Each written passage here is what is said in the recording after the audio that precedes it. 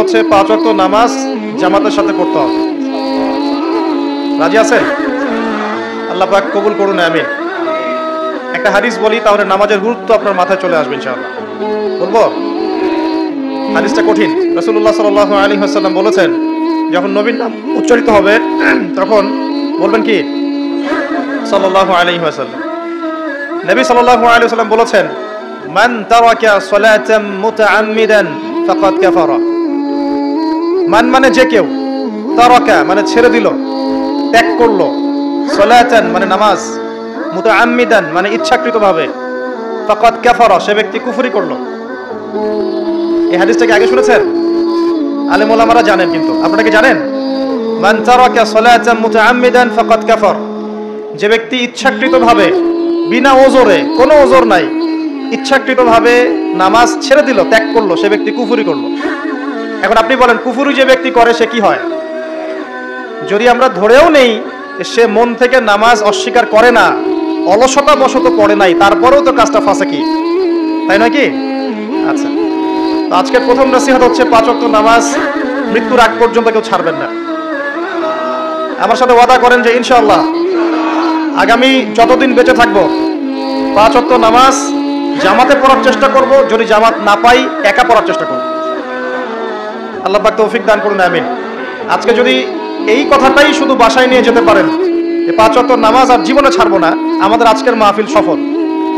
আর আজকে যদি অনেক কথাবার্তা হয় ওয়ার্ল্ড অ্যাফেয়ার্স নিয়ে, ইকোনমিক্স নিয়ে, শেষ জামানা নিয়ে, ঠিক আছে, আমাদের সমকালীন ফিতনাগুলো নিয়ে, কিন্তু দিন শেষে বাড়িতে যদি কিছু না নিয়ে যেতে পারেন তাহলে আলোচনায় এসে কোনো লাভ নাই।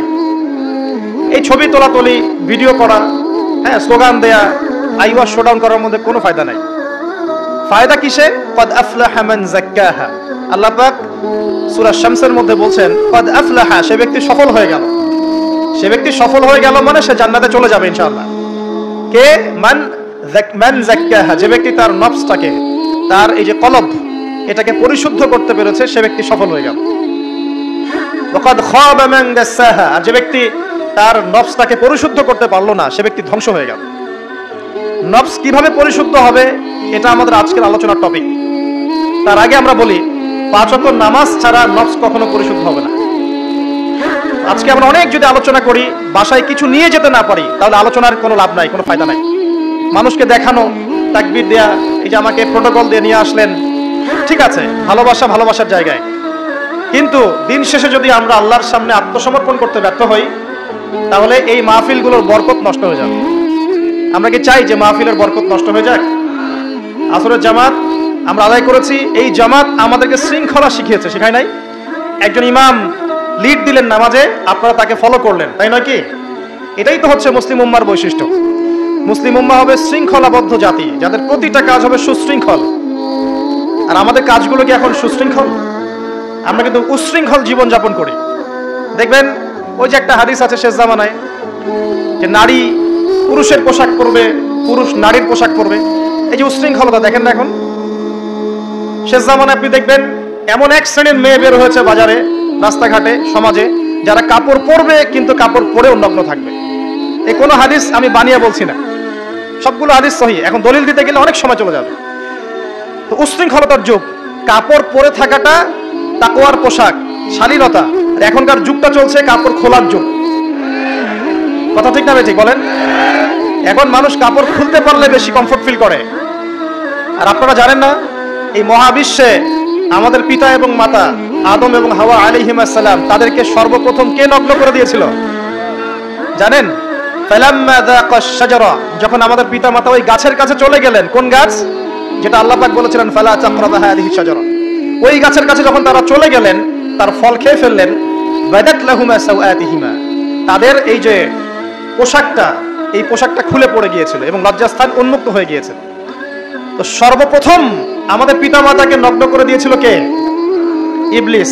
এখন যারা মুসলিমদের গা থেকে কাপড় খুলে ফেলতে চাচ্ছে, এরা তাহলে কার অনুসারী? দলিল কি পেয়েছেন? বানিয়ে বলি নাই, সূরা আরাফ পড়েন, পেয়ে যাবেন ইনশাআল্লাহ। কোন সূরা? সূরা আরাফ। প্রথম নসিহত প্রিয় ভাইরা, এই যুগটা হচ্ছে উশৃঙ্খলতার যুগ। এই যুগে মানুষ আল্লাহ পাকের হালালকে খুব কমই পরোয়া করে। আল্লাহর হালালকে মানুষ হারাম করে নিচ্ছে, আর আল্লাহর হারামকে মানুষ হালাল করে নিচ্ছে। আল্লাহ পাকের বিশাল একটা হারাম হচ্ছে সুদ বা রিবা, আর এখন আমাদের উপর রিবা হয়ে গেছে ওয়াজিব। নাউজুবিল্লাহ। একটা দেশ নাই যেটা সুদমুক্ত, একটা জেলা পাবেন না সুদমুক্ত, একটা গ্রাম থানা ইউনিয়ন পাবেন না সুদমুক্ত। নবীজি এই যুগের কথাই হয়তো বা বলেছেন, যে যুগে মানুষ সুদ থেকে বেঁচে থাকতে চাইলেও সুদের ছিটা ফোঁটা গিয়ে তার গায়ে লাগবে। মনে করেন আপনি একটা কনস্ট্রাকশন করেছেন, একটা সুদী প্রতিষ্ঠান থেকে লোন নিয়েছেন, এখন আপনি ওই কনস্ট্রাকশনটা ভাড়া দিয়েছেন, সেখানে মনে করেন আমি ভাড়া নিয়েছি, আমি আপনাকে মাসে মাসে ভাড়া প্রদান করছি, আপনি সেই ভাড়ার টাকাগুলো কালেক্ট করছেন, করে সেই প্রতিষ্ঠানের লোন শোধ করছেন। প্রত্যক্ষভাবে না হলেও আমি কিন্তু পরোক্ষভাবে সুদে হেল্প করছি। আমি বুঝাতে পারছি না মনে হয়। এর বাইরে 1% মানুষ এখন পৃথিবীতে নাই যে ব্যক্তি রিবা থেকে বাইরে, ইচ্ছাকৃত হোক অনিচ্ছাকৃত হোক। আর এই প্রসঙ্গ আসলে আমি 2-4টা কথা না বলে থাকতে পারি না। সেটা হলো নবী সাল্লাল্লাহু আলাইহি ওয়াসাল্লাম বলেছেন, রিবার 73টা শাখা আছে পাপের, তার মধ্যে সবচেয়ে নিচু শাখা হচ্ছে নিজের মাকে বিয়ে করা। সহিহ বুখারীর একটা বর্ণনা এসেছে, যে ব্যক্তি 1 দিরহাম সুদ খায়, দিরহাম কি? রৌপ্য মুদ্রা। কোথায় আছে? জাদুঘরে। কোথায় আছে? মার্কেটে আছে। রৌপ্য মুদ্রা দেখেছেন জীবনেও? স্বর্ণ মুদ্রা দেখেছেন? কোরআনে আছে, হাদিসে আছে, মার্কেটে নাই। কেন মার্কেটে নাই? কারণ পশ্চিমারা স্বর্ণ এবং রৌপ্য মুদ্রাকে হারাম করে দিয়েছে। পশ্চিমারা স্বর্ণ এবং রৌপ্য মুদ্রার ডিলিংসটাকে মার্কেট থেকে উঠিয়ে দিয়েছে। এই জন্য আপনি মার্কেটে গোল্ড কয়েন এবং সিলভার দিরহাম পাবেন না। কিন্তু আল্লাহর রাসূল সাল্লাল্লাহু আলাইহি ওয়াসাল্লামের যুগে এটা ছিল। এখন অনেক মানুষ দেখবেন বেদাত নিয়ে কথা বলে একদম ফেনা বের করে ফেলছে, অর্থনৈতিক সেকশনের বেদাত চোখে পড়ে নাই। এখন বলতে পারে এটা তো দুনিয়াবি বিষয়। বাস্তবিক অর্থে এটা দুনিয়াবি বিষয় নয়, কারণ এই পেপার মানির মধ্য দিয়ে, ইলেকট্রনিক মানির মধ্য দিয়ে আপনার সম্পদকে সিজ করে চুষে খাওয়া হচ্ছে, আপনি বুঝতে পারছেন না। এখন প্রতারণা করা কি জায়েজ না জায়েজ? শুআয়ব আলাইহিস সালামের নাম শুনেছেন?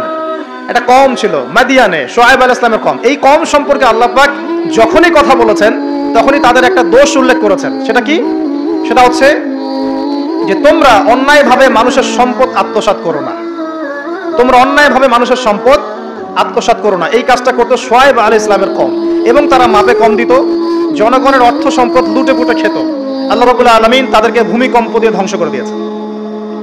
এখন এই পুরো মনিটরি সিস্টেম যেটা চলছে, এর মধ্য দিয়ে গরিব যে দেশগুলো আছে, স্বল্প উন্নত দেশ বা মধ্যম পর্যায়ের দেশ বা আরো নিম্ন পর্যায়ের অর্থনৈতিক সেকশনে, তাদের রক্তগুলো চুষে চুষে খেয়ে একটা সভ্যতা আজকে বিশাল বিশাল অট্টালিকা নির্মাণ করেছে। এই যে অন্যের রক্ত চুষে নিজে বড়লোক হওয়া, এটা কি হালাল না হারাম? এই কারণেই এই মনিটরি সিস্টেমের মধ্যে হারাম আছে। এই যুগটা সেই যুগ যেখানে মানুষ আল্লাহর হারামকে হালাল করে নিয়েছে আর হালালকে হারাম করে নিয়েছে। রিবা একটা টাটকা হারাম, আমরা এটাকে হালাল করে ফেলেছি। এখন এই হাদিসগুলো শুনলে আমাদের গায়ের মধ্যে দাগও কাটে না, অন্তরটা কেঁপে ওঠে না, আমাদের কলবে কোনো নড়া দেয় না। নবী সাল্লাল্লাহু আলাইহি ওয়াসাল্লাম বলেছেন, 1 দিরহাম যে ব্যক্তি সুদ খেয়েছে সে যেন 36 বার জিনা করেছে। কতবার?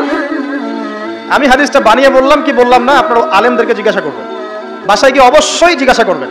যদি দেখেন হাদিস ঠিক আছে, সহিহ, তাহলে আল্লাহর ওয়াস্তে এখন যেমন তওবা করলেন, আমি 5 ওয়াক্ত নামাজ ছাড়বো না, ঠিক আমার সাথে আবার তওবা করেন, সারা জীবন সুদ খাবো না ইনশাআল্লাহ।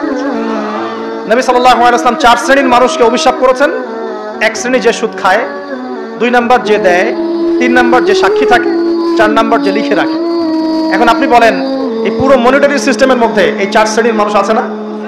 কোনো না কোনো ভাবে আমরা এর সাথে সম্পৃক্ত নই কি? সম্পৃক্ত। অতএব আল্লাহর এই বাণীকে যদি ভয় করেন, কোন বাণী? আল্লাহ পাক বলছেন, ইয়া আইয়ুহাল্লাযীনা আমানু, হে মুমিনগণ, ইত্তাকুল্লাহ, তোমরা আল্লাহকে ভয় করো।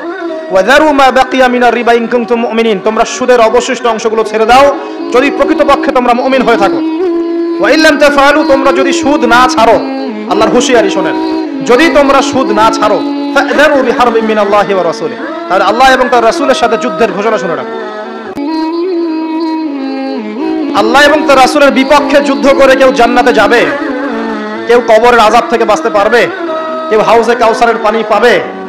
আল্লাহ এবং তার রাসূলের সাথে যুদ্ধ করে কেউ টিকতে পারবে? আপনার কি তাই মনে হয়? যদি মনে হয় তাহলে দিব্যি সুদ খান, কোনো সমস্যা নেই।